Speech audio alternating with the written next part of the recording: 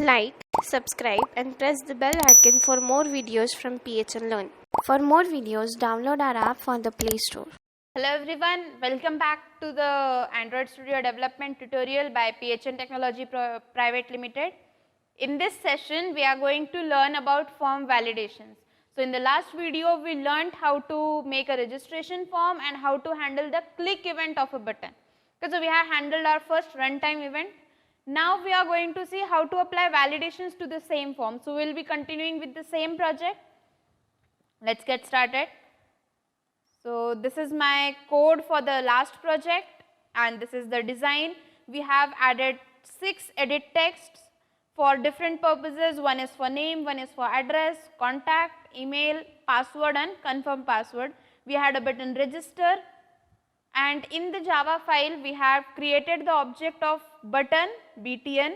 We have initialized that object using find view by id, and then we have created the on click event of the button. Now here what we did is we also introduced to the toast message. Toast message is a pop-up message which appears for a fixed time, fixed interval, okay, and then it vanishes. It is like a pop-up message. Now I want to delete this toast message. I don't want it directly here. What is my requirement? I have to apply validations to my form. Now what are validations of a form? So validations means when we fill out a form, there are some compulsory fields, whereas there are some optional fields. For example, your contact number and your names are compulsory. You should fill your name. Okay. Whereas details like alternate contact number, current address, permanent address, these are optionals. Like if you wish, you can fill, or even if you don't fill, your form will be submitted. In the same way, we have to make some of our forms field compulsory, whereas some of them as optional. So for example, this is my registration form. I want to make name, address, contact number compulsory. Email ID can be optional, okay, and password, confirm password should also be compulsory. Plus, what is the validation I have to apply? The contact number should be correct. Correct in the sense it should be of 10 digits, okay, and 10 numbers. It should be 10 digits. Plus, password and confirm password should be same. Like if I am typing my password as ABC, my confirm password should also be same. If both are not same, our form will not be submitted. We will get an error message. So let's see how to go for it. Okay. Those who are having confusion in this, please go through the last video. You will have an idea of what is the designing and coding part that we had completed. Now here, when user, everything will happen when user clicks on a button. Clear? Nothing will happen outside, that directly whenever we open the page, nothing should happen. Now this time we have to, which are these controls are we going to access in real time? So in real time, user is going to type in these edit texts, okay, and this button. So last time we created object of only button because we have to handle only button, but now in this project we have to use this edit text also in Java file. So we will have to create the objects of this edit text as well. Whereas there is one more control, text view.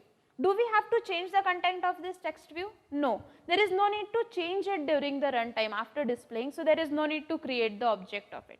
In Java file, we create the object of the controls which are to be changed in runtime. Once you run the project, for example, if I am clicking on a button, the text gets changed, the color gets changed in runtime.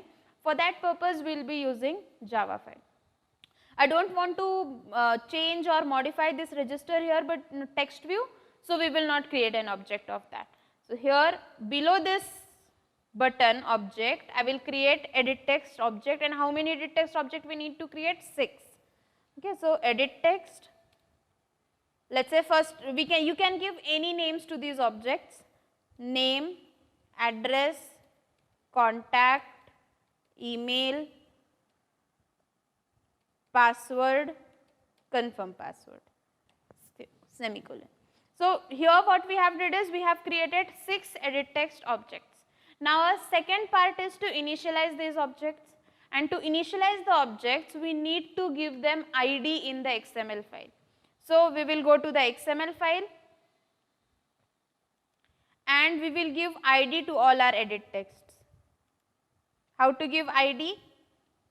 ID, select the suggestion. After Android:ID, select the first suggestion as it is and then go for typing your ID, let us say name. Okay. For the address edit text, we will give ID. Yes, for the address edit text, address. You can give any ID, it is not compulsory. However, your IDs should not have space and they should not be repeated. So, you cannot give two edit text the same ID, it will give you error. Okay. Contact ID, contact, then email ID, email. When you click here, the code is automatically highlighted. So, no need to search for the code, you can simply click on the design section, its corresponding code will be highlighted. Okay. Password, ID, password and ID, C password. So, I have mentioned the IDs now. Now, we have created the objects, initialize the objects. See, always initialize the objects inside on create, but below this set content view line. Okay, because after this line your linking is happening, and after linking you can initialize your objects. Okay, so here first we will do name equals to find view by ID r.id.name. Next object is address, add equals to find view by ID r.id.address. So, your ID and your object name can be same or can be different, it is up to you. It is not compulsory that both should be same or both should be different. Okay. Next, contact equals to find view by ID r.id.contact. Email equals to find view by ID r.id.email.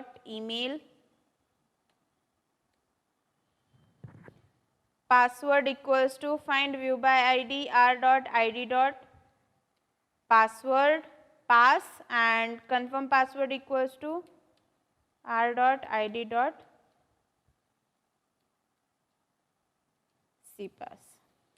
Okay. So, I have created the objects of 6 edit text and I have initialized those objects using find view by ID. Now, we do not have to handle the click event of these. See, what you have to do, that is also important. User is only going to click on the register button, but after clicking on register button we have to check. So, the checking code or the validation code will come inside the click function of button. Right? Do not write the click event of all these edit texts. User is not going to click on this edit text, he is going to type on in these edit texts. When he click on this button, the action should happen. So, we already have the click event of the button. Inside this click event, we have to now perform our validation code. Now, what is the validation code or how to perform these validations? So, before that, when user will click on the register button, we have to first get all the things that user has typed in all the edit texts. Okay? And we will store them in string variables, because those are strings and strings are nothing but collection of characters. So, I will create a string variable, let us say n equals to name dot get text dot toString. So, what I am doing is, name is an edit text, we are getting the value from the edit text, converting it to string and storing it in a string variable. Whatever the value user will have typed in this name edit text, let us say in name I have typed ABC, so that ABC will be now stored in variable n. Similarly, we have to do this for all the edit texts. So, for contact I am taking variable C,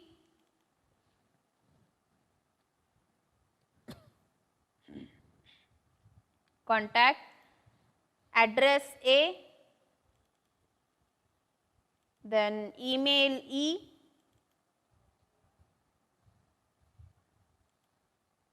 password P.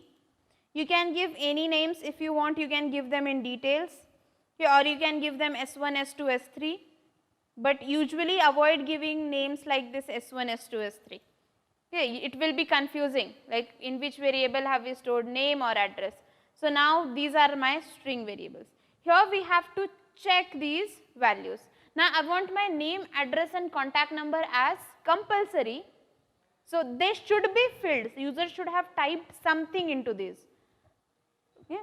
So if n dot equals, we will compare. Okay. If n dot equals blank, means what? N variable is blank empty. When it will be empty? If we have typed nothing and I click on submit, so blank will be stored in n. So it means what? This n variable is blank. If it is blank, it means user has typed nothing in which edit text? Name edit text. So we have to show an error to the user. So we will do like name dot set error. We will set the error to the name edit text and you can write your message, please enter name. Okay. Got this point? If n is empty, n is a string, but we have got the value of n from the name edit text. So if n is empty, n is blank, it means what? Name edit text is blank. So we will set an error to the name edit text as please enter name. Okay. Now here in else if, we will check the other variables. So c dot equals blank, means if user hasn't typed the contact number, so we will set the error to contact. Please enter contact number. Okay.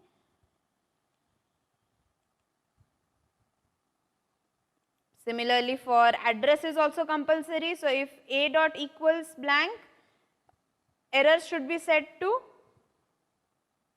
address. So add dot please enter address. Next, password is also compulsory. So if p dot equals blank, please enter password, and same for confirm password. So if this CP string is also equal to blank, if CP string is also equal to blank, we will say cpass dot set error, please confirm password. Now this was the error for null, means user hasn't typed anything, and as we haven't included email, so email will not be checked, so it will be optional. Even if user types email, he will proceed. Even if he don't type, he will proceed. Okay. Now the next step is we have to apply validation to our contact number. Like contact number should be of 10 digit. So whatever is has the user typed in contact number should be equal to 10 digits at least. Okay, it should be greater than 10 digits in case of international numbers or STD numbers. So else if c dot, so contact number is stored in variable c. So if c dot length is less than 10, it means what? The length is less than 10 means user has typed something like ABCD, or sorry 1 2 3 4. So length of 1 2 3 4 is 4, which is less than 10. It means what? It is not a valid number. So here we will set an error to the contact edit text, set error, but the error message will be please enter valid contact number. Okay.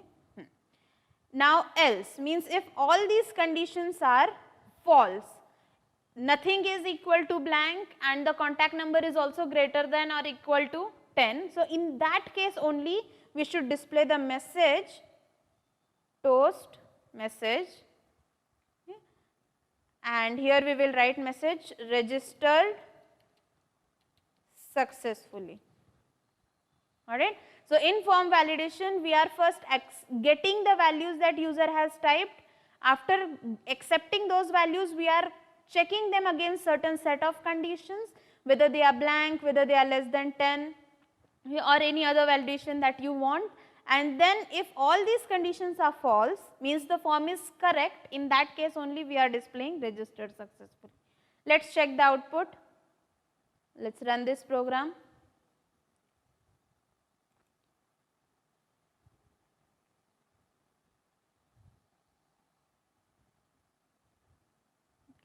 So this is our registration page. Now if I directly click on register, can you see an error here? And if you click on it, please enter name. So this is the use of this set error function. Okay. So error is set it to this name variable. Okay, name edit text. Here. Now I'll enter a name, and if you click on the register button now, contact. Okay. See here what I have did is contact is repeated and we haven't done for the address, I guess. Okay. So contact is repeated twice. We'll just delete this once. Okay. A dot equals address dot set error. Please enter address. Run app. If you are doing any change, you will have to run your app again. Okay. And so we have entered name and address, and now I am clicking on register. Please enter contact. It will not show error for email ID because email ID is optional. Enter password. We will type confirm password. Still we haven't applied the validation for equality of password and confirm password. Register. It is showing the error.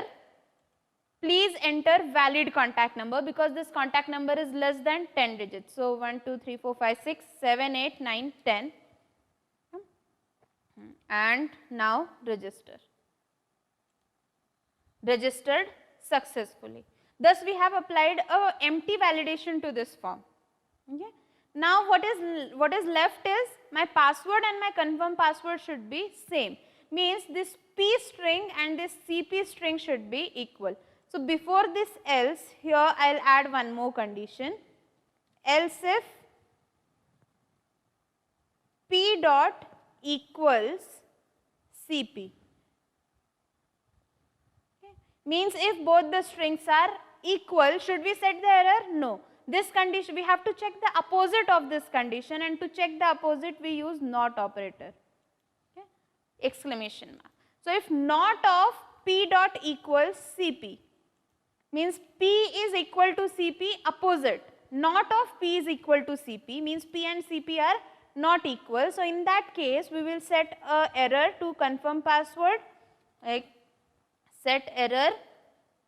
So please retype correct password if P is not equals to CP. So we have used this not operator here, exclamation mark. Okay. And in the else we have written registered successfully. Let's run this project and now check the output. So it is installing.